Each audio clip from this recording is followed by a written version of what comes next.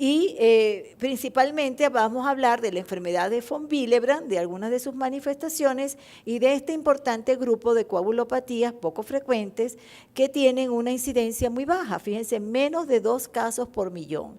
Eso representa apenas el 3 a 5% de todas las deficiencias hereditarias de factores de la coagulación.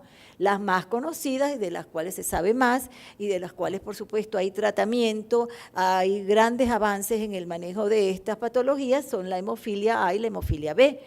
La enfermedad de von Willebrand, si bien se piensa que es muy frecuente, como vamos a ver, los casos verdaderamente sintomáticos y los casos severos, pues son muy raros. La enfermedad de von Willebrand, entonces, en este momento se define, es un trastorno hemorrágico causado por defectos hereditarios en la concentración, estructura o función del factor de von Willebrand, independiente de cuál gen o genes estén involucrados. ¿Por qué? Porque la mayoría de los casos de enfermedad de von Willebrand tipo 1, que son los más frecuentes, son el resultado muchas veces de la intervención o de la presencia de distintos polimorfismos que cada día se conocen más y que van a afectar los niveles de factor von Willebrand. Entre esos polimorfismos, por supuesto, aparte de otros polimorfismos, está el grupo ABO, que modifica y tiene influencia sobre los valores del factor von Willebrand. Esta enfermedad está caracterizada por una gran heterogeneidad, que ya lo mencionaron, desde el punto de vista genético, clínico y de laboratorio.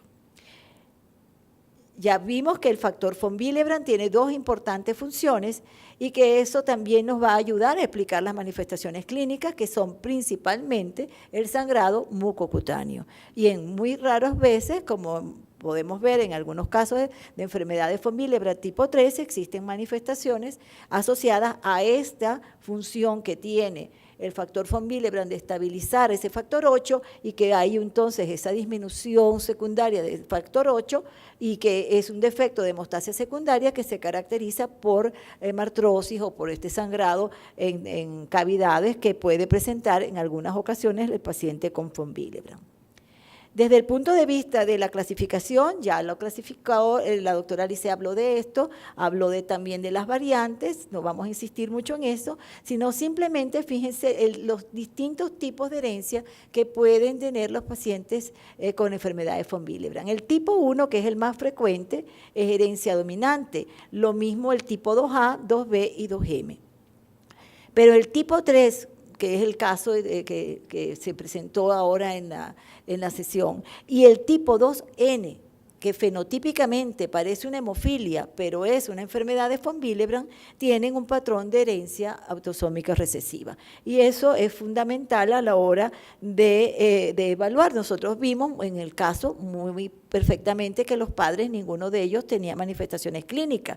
Esto nos habla pues, de una herencia recesiva. En algunos casos uno encuentra que los padres pueden tener manifestaciones de tipo 1 leve, pero la mayoría de los casos los padres son completamente asintomáticos.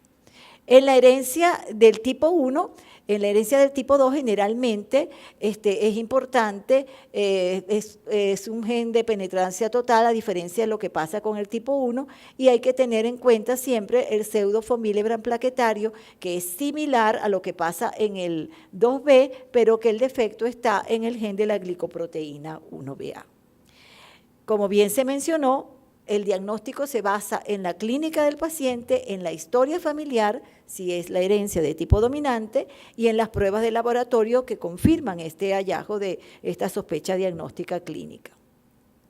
Esto es importante recordarlo, porque nosotros estamos viendo, en este caso es un niño, un masculino, que el problema importante, y sobre todo en las mujeres, va a ser el problema del sangrado mucocutáneo relacionado a los trastornos ginecológicos. Y por supuesto que en los pacientes que son de tipo 3, este tipo de manifestación se observa mucho más que lo que se puede ver en el tipo 1, inclusive en el tipo 2. Entonces, el sistema nervioso central, sangrado a nivel del sistema nervioso central es muy poco veces observado en los pacientes con enfermedades von Willebrand, aún en los tipo 3, pero está descrito Y hay que tener en cuenta, pues, esto que en algún momento también nuestros pacientes con tipo 3 pueden presentarlo.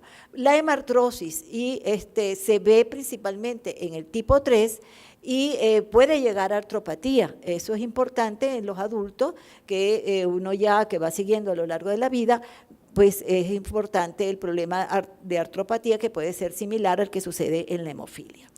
Otro problema en las mujeres es, como bien se mencionó, no solamente la menorragia, hay una serie de trastornos que pueden ser observados con mayor frecuencia en las mujeres con enfermedad de von Willebrand. De hecho, hemorragia postpartum, otro problema que puede observarse también es el hemoperitoneo, y fíjense ustedes que en todos estos trastornos pues es más frecuente observarlo que en las mujeres sin enfermedad de von Willebrand. A medida que pasa la edad, los síntomas van cambiando. En el niño, con más frecuencia, se observa sangrado, por supuesto, epistaxis, sangrado por cavidad oral. En las jóvenes hay pues menorragia, como lo pudimos ver, pero en los adultos y especialmente en las mujeres, se va observando, va a haber un cambio en las mujeres de tipo 2 y 3, el sangrado aumenta con la edad, especialmente de tipo ginecológico, y otra complicación que se presenta es esta: las hemorragias gastrointestinales, sobre todo por la formación de angiodisplasia, que muchas veces complican la evolución de estos pacientes con enfermedad de von Willebrand después de los 40 años. Es verdaderamente un problema el tratamiento de estas angiodisplasias, porque en muchas ocasiones hasta es muy difícil ubicarlas en el tracto digestivo, y de hecho ya hay varias series de casos que se está utilizando talidomida para el control de esta malformación vascular en algunos pacientes con von Willebrand tipo 3 en edad avanzada. Entonces es bueno conocerlo, estos pacientes, las personas que ven adultos, pues van a estar con mayores manifestaciones en el área gastrointestinal. Por otra parte, son sometidos a cirugía, tienen comorbilidades como lo puede tener una persona por encima de los 50, 60 años, y todas estas cosas pueden complicar la evolución de estos pacientes con enfermedades von Willebrand, los severos de tipo 2 y tipo 3. Desde el punto de vista del diagnóstico de laboratorio, solamente confirmarles que el perfil básico para poder hacer el diagnóstico es tener el estudio del antígeno de von Willebrand, de sus marcadores funcionales, que es la actividad de cofactor de ristocetina, la actividad de unión a colágeno, por supuesto, la evaluación del factor 8 y los cocientes o relaciones que hay entre estas variables. Otras pruebas que pueden ser de ayuda: la agregación plaquetaria, por ejemplo, no nos ayuda sino para el diagnóstico del tipo 2B.